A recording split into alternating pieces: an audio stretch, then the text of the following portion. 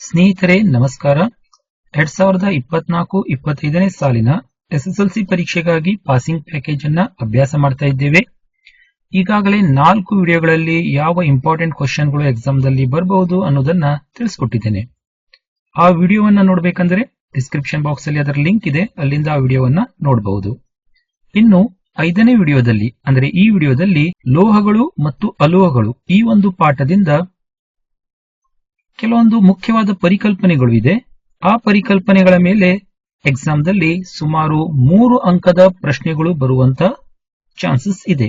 ಅದು ಯಾವುದು ಅನ್ನೋದನ್ನ ಈ ವಿಡಿಯೋದಲ್ಲಿ ತೋರಿಸ್ಕೊಡ್ತೇನೆ.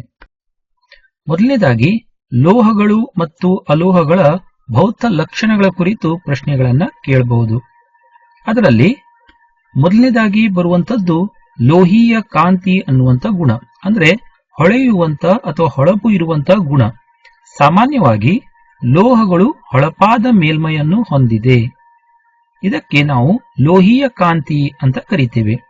ಅಲೋಹಗಳಿಗೆ ಈ ಒಂದು ಗುಣ ಇರುವುದಿಲ್ಲ. ಇಲ್ಲಿ ಲೋಹೀಯ ಕಾಂತಿ ಎಂದರೇನು ಅಂತ ಕೇಳಬಹುದು, ಅಥವಾ ಲೋಹಗಳ ಭೌತ ಲಕ್ಷಣ ಬರೀರಿ ಅಂದ್ರೆ ಈ ಲಕ್ಷಣವನ್ನ ಬರೀಬಹುದು. ನೆಕ್ಸ್ಟ್ ಕುಟ್ಯತೆ ಮತ್ತು ತನ್ಯತೆ ಅನ್ನುವಂಥದ್ದು. ಕುಟ್ಯತೆ ಎಂದರೇನು ಅಂತ ಕೇಳಬಹುದು, ಅಥವಾ ತನ್ಯತೆ ಎಂದರೇನು ಅಂತ ಕೇಳಬಹುದು. ಕುಟ್ಯತೆ ಅಂದ್ರೆ ಲೋಹಗಳನ್ನು ತೆಳುವಾದ ಹಾಳೆಗಳನ್ನಾಗಿ ಮಾಡಬಹುದು ಅಥವಾ ಮಾಡುವ ಗುಣಕ್ಕೆ ಕುಟ್ಯತೆ ಅಂತ ಹೇಳ್ತೇವೆ. ಈ ಗುಣ ಲೋಹಗಳಿಗೆ ಮಾತ್ರ ಇರುತ್ತದೆ, ಅಲೋಹಗಳಿಗೆ ಕುಟ್ಯತೆ ಅನ್ನುವಂಥ ಗುಣ ಇರುವುದಿಲ್ಲ. ಅದೇ ರೀತಿ ತನ್ಯತೆ. ತನ್ಯತೆ ಅಂದ್ರೆ ಲೋಹಗಳನ್ನು ತಂತಿಗಳನ್ನಾಗಿ ಮಾಡಬಹುದಾದಂತ ಗುಣಕ್ಕೆ ತನ್ಯತೆ ಅಂತ ಹೇಳ್ತೇವೆ. ಇದು ಕೂಡ ಲೋಹಗಳಿಗೆ ಇರುವಂತ ಗುಣ, ಅಲೋಹಗಳಿಗೆ ಇರುವುದಿಲ್ಲ. ಇದನ್ನ ನೆನ್ಪಿಟ್ಕೊಳ್ಬೇಕಂದ್ರೆ, ಯಾಕಂದ್ರೆ ಇಲ್ಲಿ ಸ್ವಲ್ಪ ಕನ್ಫ್ಯೂಸ್ ಆಗತ್ತೆ. ತಂತಿಗಳನ್ನಾಗಿ ಮಾಡುವಂತ ಗುಣ ತನ್ಯತೆ ಅಂತ ನೆನ್ಪಿಟ್ಕೊಳ್ಬೇಕಂದ್ರೆ ಇಲ್ಲಿ ತಾವು ನೋಡ್ತಾ ಇದ್ದೀರಿ, ತಂತಿಗೆ ಮೊದಲನೇ ಪದ ತ ಬರ್ತಾ ಇದೆ, ತನ್ಯತೆಗೂ ಮೊದಲನೇ ಪದ ತ ಬರ್ತಾ ಇದೆ. ಇದರಿಂದ ತಾವು ತನ್ಯತೆ ಅಂದ್ರೆ ತಂತಿಗಳನ್ನಾಗಿ ಮಾಡುವ ಗುಣ ಅಂತ ನೆನ್ಪಿಟ್ಕೊಳ್ಬಹುದು. ಇನ್ನೊಂದು ಕುಟ್ಯತೆ ಅಂದ್ರೆ ತೆಳುವಾದ ಹಾಳೆಗಳನ್ನಾಗಿ ಮಾಡುವ ಗುಣ ಅಂತ ನೆನ್ಪಿಟ್ಕೊಳ್ಬೇಕು. ನಂತರ ವಿದ್ಯುತ್ ವಾಹಕತೆ ಮತ್ತು ಉಷ್ಣ ವಾಹಕತೆ. ಲೋಹಗಳು ವಿದ್ಯುತ್ ಮತ್ತು ಉಷ್ಣದ ಉತ್ತಮ ವಾಹಕಗಳಾಗಿದೆ. ಆದರೆ ಅಲೋಹಗಳಿಗೆ ನಾವು ನೋಡಿದಾಗ ಅಲೋಹಗಳು ವಿದ್ಯುತ್ ಅಥವಾ ಉಷ್ಣದ ಉತ್ತಮ ವಾಹಕಗಳು ಆಗಿಲ್ಲ ಅಂತ ಬರೀಬೇಕು. ನಂತರ ಶಾಬ್ದನ. ಶಾಬ್ದನ ಗುಣ ಎಂದರೇನು ಅಂತ ಕೇಳಬಹುದು. ಲೋಹಗಳು ಶಬ್ದವನ್ನುಂಟು ಮಾಡುವಂತಹ ಗುಣವನ್ನು ಹೊಂದಿದೆ, ಇದಕ್ಕೆ ಶಾಬ್ದನ ಅಂತ ಹೇಳ್ತೇವೆ. ಅಲೋಹಗಳು ಈ ಒಂದು ಗುಣವನ್ನ ಹೊಂದಿರುವುದಿಲ್ಲ, ಅಥವಾ ದುರ್ಬಲ ಒಂದು ಶಾಬ್ದನ ಗುಣವನ್ನ ಹೊಂದಿರ್ತದೆ. ನಂತರ ಕಠಿಣತೆಯನ್ನ ನೋಡಿದಾಗ ಲೋಹಗಳು ಗಟ್ಟಿಯಾಗಿರ್ತದೆ. ಸೊ ಈ ಕುರಿತು ಇಲ್ಲಿ 1 ಅಂಕದ ಪ್ರಶ್ನೆಗಳು ಯಾವುದೇ ಒಂದು ಗುಣಲಕ್ಷಣದಿಂದ ಕೇಳಬಹುದು. ನಂತರ ಕೆಲವೊಂದು ವಿಶೇಷವಾದಂತಹ ಲೋಹಗಳಿಗೆ ಇರುವಂತಹ ಗುಣಗಳ ಬಗ್ಗೆ ತಿಳ್ಕೊಳ್ಬೇಕು. ಉದಾಹರಣೆಗೆ ಲೋಹಗಳೆಲ್ಲ ಘನ ರೂಪದಲ್ಲಿ ಇರುವಂತದ್ದು, ಆದರೆ ಪಾದರಸ ಅನ್ನುವಂತ ಒಂದು ಲೋಹ ದ್ರವ ರೂಪದಲ್ಲಿ ಇರ್ತದೆ. ನಂತರ ಕಡಿಮೆ ಕರಗುವ ಬಿಂದು ಹೊಂದಿರುವ ಲೋಹ ಯಾವುದು ಅಂತ ಕೇಳಬಹುದು. ಗ್ಯಾಲಿಯಂ ಮತ್ತು ಸೀಸಿಯಂ ಕಡಿಮೆ ಕರಗುವ ಬಿಂದು ಹೊಂದಿರುವಂತಹ ಲೋಹ, ಅಂದ್ರೆ ಕಡಿಮೆ ಉಷ್ಣತೆಯಲ್ಲಿ, ನಮ್ಮ ದೇಹದ ಉಷ್ಣತೆಯಲ್ಲೂ ಕೂಡ ಈ ಒಂದು ಗ್ಯಾಲಿಯಂ ಅನ್ನುವಂತಹ ಲೋಹ ದ್ರವ ರೂಪಕ್ಕೆ ಬರ್ತದೆ. ನೆಕ್ಸ್ಟ್ ಮೃದುವಾಗಿರುವಂತಹ ಲೋಹ ಯಾವುದು ಅಂತ ಕೇಳಬಹುದು. ಲೋಹಗಳು ಸಾಮಾನ್ಯವಾಗಿ ಕಠಿಣ ಅಥವಾ ಗಟ್ಟಿಯಾಗಿರ್ತದೆ, ಆದರೆ ಲಿಥಿಯಂ, ಸೋಡಿಯಂ ಮತ್ತು ಪೊಟ್ಯಾಷಿಯಂ ಈ 3 ಲೋಹಗಳು ಮೃದುವಾಗಿರುವಂತದ್ದು. ತಣ್ಣೀರಿನ ಜೊತೆ ವರ್ತಿಸುವ ಲೋಹ ಯಾವುದು ಅಂತ ಕೇಳಬಹುದು. ತಣ್ಣೀರಿನ ಜೊತೆಗೆ ವರ್ತಿಸುವ ಲೋಹ ಸೋಡಿಯಂ ಮತ್ತು ಪೊಟ್ಯಾಷಿಯಂ. ಇವು ಬಹಳ ಕ್ರಿಯಾಶೀಲವಾಗಿರುವಂತಹ ಲೋಹ. ಇವು ತಣ್ಣೀರಿನ ಜೊತೆಗೆ ವರ್ತಿಸ್ತದೆ ಮತ್ತು ಇವುಗಳನ್ನ ಸೀಮೆ ಎಣ್ಣೆಯಲ್ಲಿ ಸಂರಕ್ಷಣೆ ಮಾಡಿಡ್ತೇವೆ. ನಂತರ ನೀರಿನ ಜೊತೆ ವರ್ತಿಸದ ಲೋಹ ಯಾವುದು ಅಂತ ಕೇಳಬಹುದು.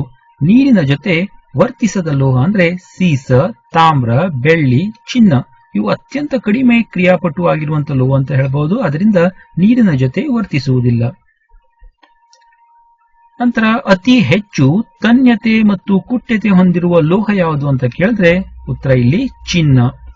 ನಂತರ ಉಷ್ಣದ ಅತ್ಯುತ್ತಮ ವಾಹಕವಾಗಿರುವಂತಹ ಲೋಹ ಯಾವುದು ಅಂತ ಕೇಳಬಹುದು. ಮೊದಲನೇದಾಗಿ ಬೆಳ್ಳಿ, ನಂತರ ತಾಮ್ರ. ಇವು ಉಷ್ಣದ ಅತ್ಯುತ್ತಮ ವಾಹಕವಾಗಿರುವಂತಹ ಲೋಹ. ನಂತರ ಹೊಳೆಯುವ ಅಲೋಹ ಯಾವುದು ಅಂತ ಕೇಳ್ತಾರೆ. ಸಾಮಾನ್ಯವಾಗಿ ಹೊಳೆಯುವಂತಹ ಗುಣ ಇರುವಂತದ್ದು ಲೋಹಗಳಿಗೆ, ಆದರೆ ಅಲೋಹಗಳಿಗೆ ಹೊಳೆಯುವ ಒಂದು ಲಕ್ಷಣ ಇರುವುದಿಲ್ಲ. ಆದರೆ ಅಯೋಡಿನ್ ಅನ್ನು ಹೊರತುಪಡಿಸಿ ಇನ್ನೊಂದಿದೆ ವಜ್ರ. ಇವೆರಡು ಹೊಳೆಯುವಂತಹ ಅಲೋಹವಾಗಿದೆ.